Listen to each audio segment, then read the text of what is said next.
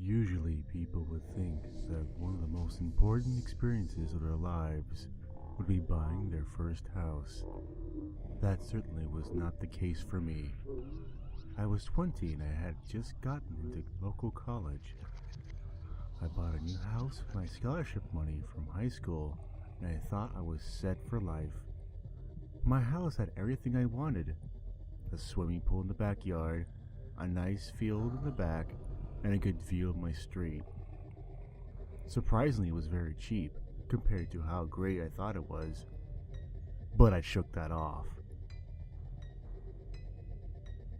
The next morning, I was about ready to drive to school when I noticed a very large crack in my driveway. I ignored it and continued on. The next day, I noticed that the crack had grown seemingly larger.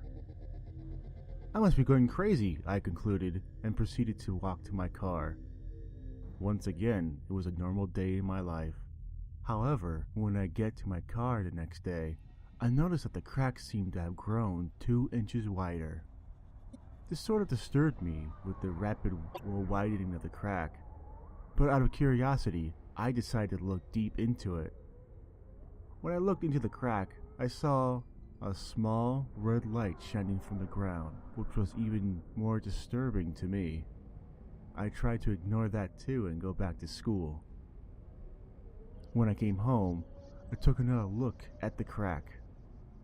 I decided to shrug it off and go to sleep. The next day, I was leaving my house, and on my way to the driveway, I could hear disturbing, faint cries for help and moaning.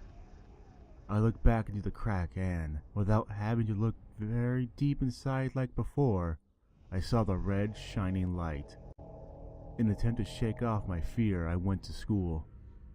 Yet when I tried to go back to my car, into my garage upon returning home, my tire ran over something. I heard a scream outside my window. "Oh, shit!" I exclaimed as I left my car to investigate. Under my tire lay a bloody hand. The scream continued on.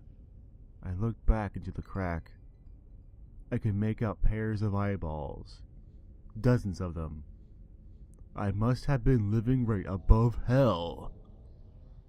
I had the crack filled with concrete and continued on to school for about a week until the crack started expanding again. I quickly moved out and bought a new house, this time making sure there were no cracks in the driveway.